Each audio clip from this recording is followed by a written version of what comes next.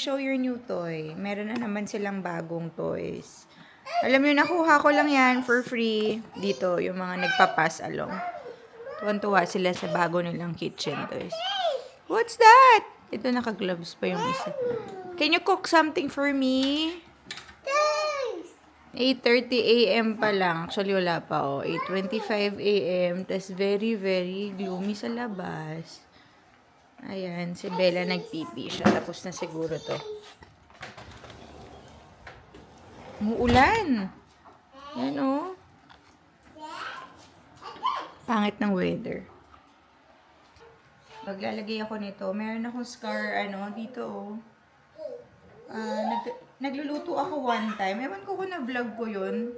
May piniprito ako. Tapos ayun, nagkaroon ako ng scar. Kaya minsan ayoko na talaga ayoko na mag-fry sa lutuan. Mas gusto kong air fryer na lang. Kasi talaga nagkakaroon ako ng mga ganito pag nagluluto. Kaya bumili ako nito. Although nagla-lighten siya pagka may ganito. This is the Derma PM. Hindi ko na nga nalalagay everyday. So, syempre, minsan pagod na ako. Tapos, meron din akong scar sa legs na hindi ko alam sa nakuha. Meron din kayo, yung minsan, meron kayong makikitang peklat or parang gas-gas na nagkaroon siya ng scar. Hindi niyo alam kung saan yun nakuha. Kung may ganun ako, hindi ko alam. Bakit ako nagkaganon? Sa dami na nangyayari sa aking life everyday. Anyway. Wala pa rin yung dishwasher. Wala pa rin tayong dishwasher. Sira pa din siya. Kaya, naghuhugas pa rin mano-mano ng pinggan. For mga 2 weeks daw to, 1 to 2 weeks. Kahapon may nag-repair, pero may orderin daw na parts. Hugas tuloy tayo ngayon. Tapos, kagabi pala, kahapon pala, sorry hindi ako nag-vlog, ayan. Naglagay ako dito ng hanging hooks. Kasi ito ginagamit ko. Although ito, hindi naman talaga siya dito ngayon, ha. Ngayon lang na wala kaming dishwasher. Dito ko pinapatuyo lahat ng pinggan namin. Pero yung mga apron, yung mga, yan. Ito binili ko rin diba sa Amazon. Yan, dyan ko na lang linagay. Ngayon, mag-i-edit ako ng vlog. Weekend. Dahil napupuno, ang hirap pa puno yung vlog, pero maghuhugas pa ako ng pinggan, so ang dami kong gagawin. For now, ilalagay ko lang muna yung mga i-edit ko dito.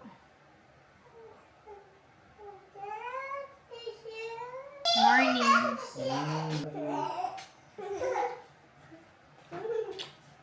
Habang busy pa yung twins sa kanilang bagong kitchen, maghuhugas muna ako ng pinggan.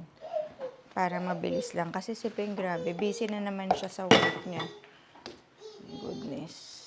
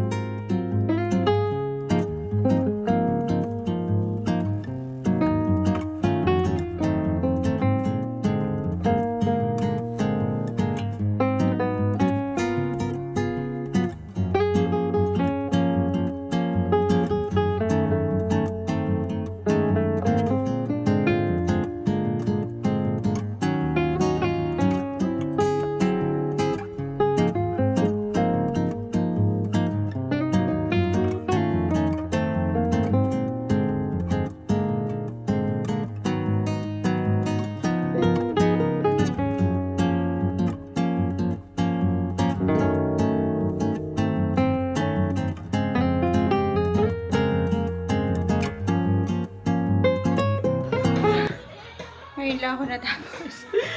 Pinagpawisan ako ngayon. Alam niyo ba? Ngayon ko lang na-discover na, wait lang, inom lang tayo ng yung iniinom ko, 15-day cleanse, pati vitamin C. So anyway, ngayon ko lang na-discover. Ay! Wait lang, patayin muna natin yung sound. Nag-start ako 9 9:15. Sabi ko, magsastop ako ng 10 o'clock para ma-45 minutes ko kasi kahapon di ako nag-treadmill, tinamad daw kahapon. So, lumalakad-lakad ako, 'di ba? Yung first part kasi pag nagde-treadmill ako minsan, may gagawin ako sa kitchen, may utos yung mga twins, ganyan. O kaya magde-refill ako ng water. Basta naglalakad-lakad ako, naka-on lang siya. Hindi ko siya kino-close kasi, hindi ko siya kino-close. Kasi, nawawala yung timer niya. I mean, kung ilang miles na ako, kung ilang minutes na ako, ilang steps na ako. So, nawawala yun pagka close ko siya or pag pinower off ko siya. So, naka-on lang siya. Pag bumabalik ako sa kanya, na-realize ko bakit gano'n, hindi umaano yung oras niya. Parang, kunyari, umalis ako 20 minutes na, nakalagay, no, na time. Tapos pagbalik ko, 20 minutes pa din. Tapos sabi ko, bakit gano'n? Tapos yung naglakad na ako, naging 21 minutes na, no? Nade-detect niya pala pagka may tao sa treadmill. Pag wala, nagsastop yung time niya. So, mahusay din to. Ina-expect ko parang 45 minutes yung makuha kong time in the end. Ang nakuha kong time in the end, parang 32 minutes lang. Dahil nga lakad ako ng lakad, umaalis ako doon.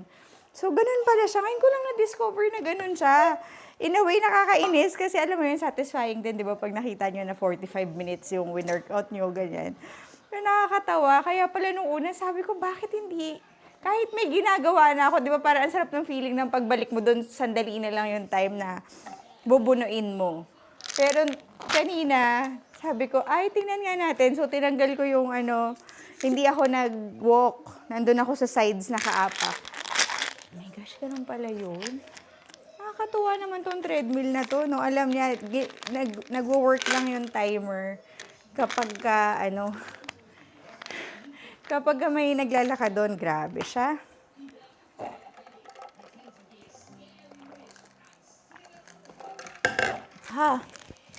Anyway, pwede na ako magkape kasi 10 a.m. na. Pero before tayo mag-coffee, lilinisin ko muna tong mga dishes. Linaban ko na yung mga na-thrift ko, yung mga white towels. Pang kitchen talaga yun. Buti pala, binili ko yun, no? Kasi, pagka may mga konting basa-basa pa, ito yung pangpunas. Even sa dishwasher, minsan kasi may spots na basa pa, ganyan. Babe! Yung treadmill pala natin, kahit naka-on, tas umalis ka dyan, hindi siya magre-resume ng time. Kasi may ginagawa ako. Pagbalik ko doon, sabi ko, bakit 20 minutes pa rin? Medyo matagal ako sa kitchen. Nagsastop siya pagka walang tao kahit na naka-on. Nakakatawa. Tulog na yung twins at nag-iinit na ako ng food. Hindi ako magluluto today kasi nagluto ako nung isang araw ng sinigang. So, leftover ang ating kakainin. Tapos, ito yung binili ko sa thrift store na parang curtain pala to. So, ito yung tela niya, cotton siya. Tingnan natin anong tela niya. 100% cotton. So, pwede siya maging parang towel. Ang ganda nga kasi para siyang, color white, tapos may mga line-line siyang ganyan. So, kortina to. Gagawin natin siyang kitchen towel. Puputulin ko lang siya. Tapos, bumili na ako ng ganito sa Amazon. Yung, di ba may ganito ako, maliit lang. Bumili na ako ng malaki para mas madali mag-cut. Kasi nahihirapan ako pag maliit Nag-move yung damit. Tapos, ang gagawin ko lang is, parang ito, di ba? This is a kitchen. Ito. Yung size nito, gagayahin ko lang dito. Tapos, ikakat natin siya. Siguro, makakagawa ako dito ng maraming ganitong kitchen towel. Siguro, 6 pieces or more. Tingnan natin, ilan yung magagawa ko. Pero, ipa-follow ko lang yung size nito. Siyempre, mag-aalat ako ng allowance. Para sa, yung mga inseam. Kasi, aanuhin ko pa siya maglalagay pa ako ng inseam. Para naman hindi pangit, So, anyway, ito yung gagayahin nating size. Yeah. Habang nag-iinit yung sinigang, magka-cut na muna ako para mamaya tutupiin ko na lang yung side tas tatahiin. So, this is multitasking. Ayan. Ay! Hindi ko dinala yung meron tong ruler. Yung ruler nasa taas, hindi ko dinala. Yaman. Ganyan na lang. Okay na yan. See, mas maganda talaga pag malaki yung ano, ito. Hindi ko na kailangan i-move yung damit. Kunin ko kaya yung ruler sa taas kasi mas madali rin yung may ruler. Oo nga, kunin ko nga siguro. Pero, so meron na tayong 1 down.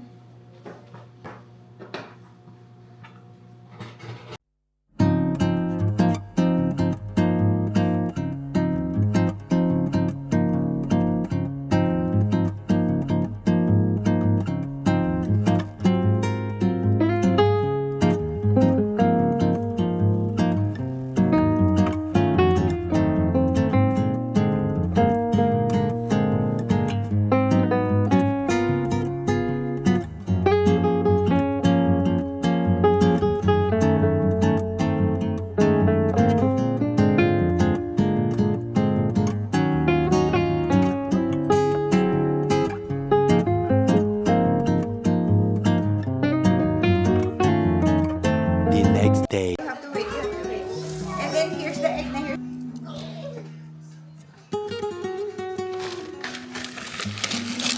Ay, shit! Ang dami!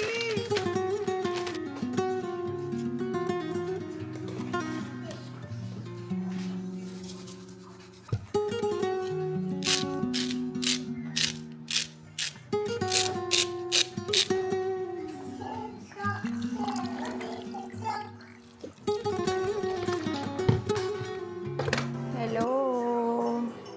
Medyo late na ako nag-start. Ako pala magsusundo ngayon kay Nax and kay Noah. Short day sila.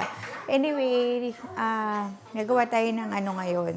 Tatry kong gumawa ngayon ng crispy pata na air-fried. So, meron akong pata legs. Yung kanina yung nakita. Pinanood ko lang to kung paano gawin. Pinakuluan ko lang sa pressure cooker para mabilis ng 35 minutes lang. Tapos, meron siyang salt, pepper, onion, garlic. Sobrang dami kong garlic na nalagay, no? Tapos, linagyan ko ng konting vinegar kasi yun yung napanood ko rin. Tingnan natin. Tapos, hindi ko nga ginawang 1 oras kasi baka madurog. So, parang 35 minutes lang yung ginawa ko. Tapos, i-drain natin siya. Ipapatuyuin. Mamaya air fry ko. First time ko gagawa ng ng crispy pata. Let's see kung nadurog. Parang hindi naman. Ay! Away na naman. Mga 2 hours yata siyang papakuluan kung wala kayong pressure cooker. Pero, buti pala 35 minutes lang kasi sobrang lambot niya na.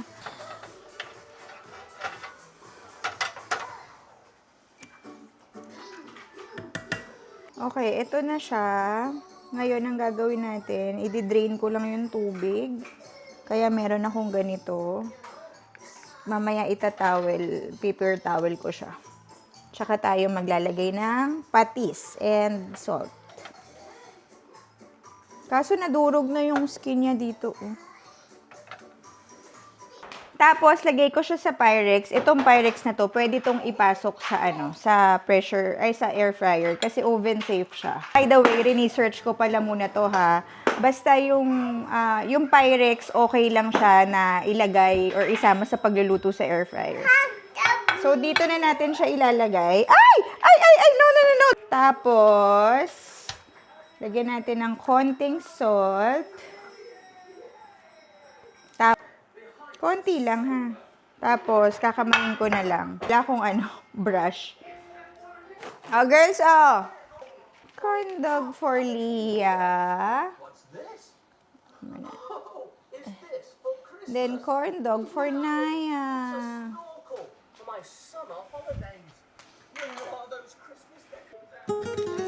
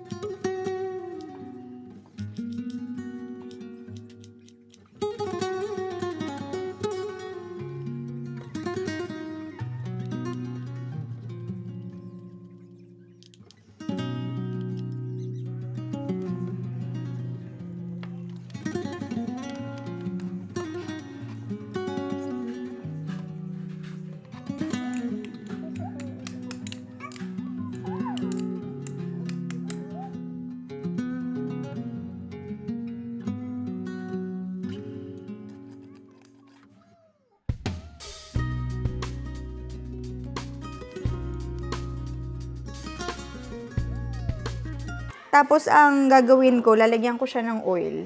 Ang usually kong napapanood talaga, hindi nila linalagyan ng oil. Ganito lang, air fryer na nila. Pero ako, since gusto ko ng medyo crispy, nagsispray talaga ako ng oil.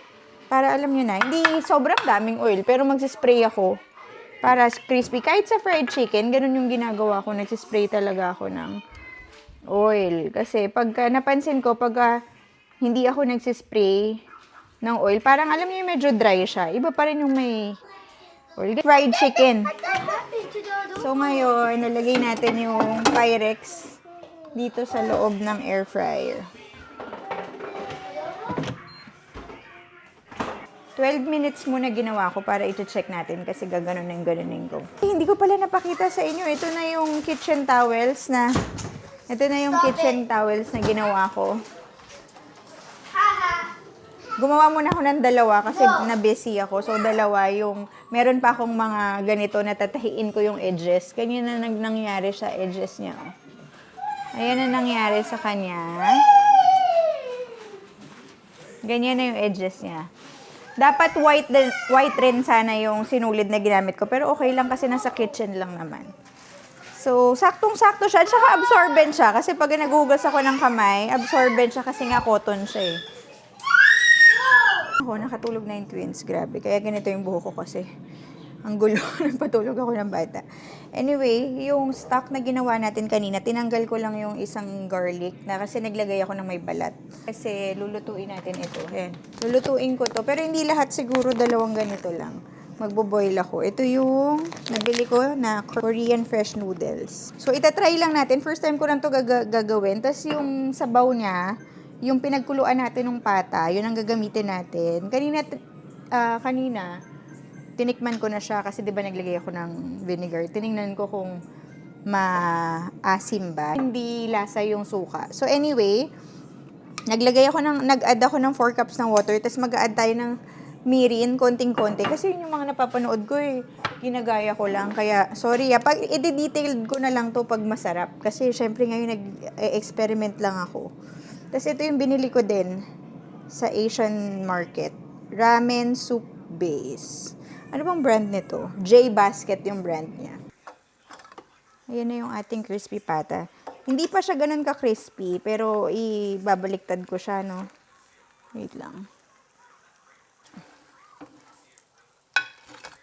Ito naman yung hindi crispy, so kailangan natin siyang hindi ko na siya lalagyan ng oil kasi may oily na siya eh. Check na natin yung yung crispy pata. Ooh! Ayan ang ating crispy pata. Tingnan natin kung crispy na talaga siya. Yung gilid, oo. Pero tong gitna, hindi pa. So, i-fry pa natin siya. Siguro 370 na lang. Para hindi siya parang, yung medyo parang pasunog na kulay na. Bawasan natin yung, yung temp. Gawin ko na lang 360. Yan. Tapos, siguro ang time, dagdagan natin ng 5 minutes. Yan. Wala tong sahog masyado Just soup and egg lang. Pati seaweed. Ayan, diba? Tapos, tsaka natin babasagin yung egg yolk. Ayan, medyo naluto na yung egg yolk. Let me know what you think. Come here, it's here.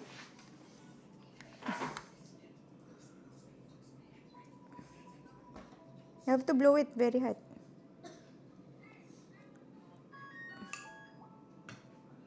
Ano? It's hot.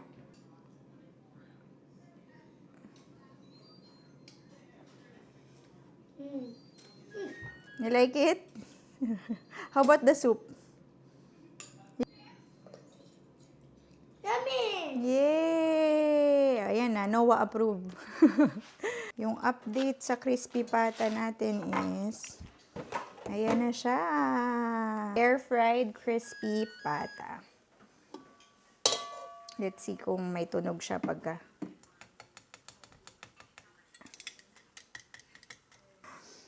Diba? Crispy na siya, oh. Oh. Diba? Kain na tayo. Hello. Alam nyo, dapat hindi na ako magbablog. Kakain na ako kasi gutom na ako. Hi, I'm doing Pero, homework. gusto ko lang ipakita sa inyo na sobrang crunchy niya. Kasi kinakain ko na siya, oh. May mic naman ako, diba? Parinig ko lang sa inyo. Mommy,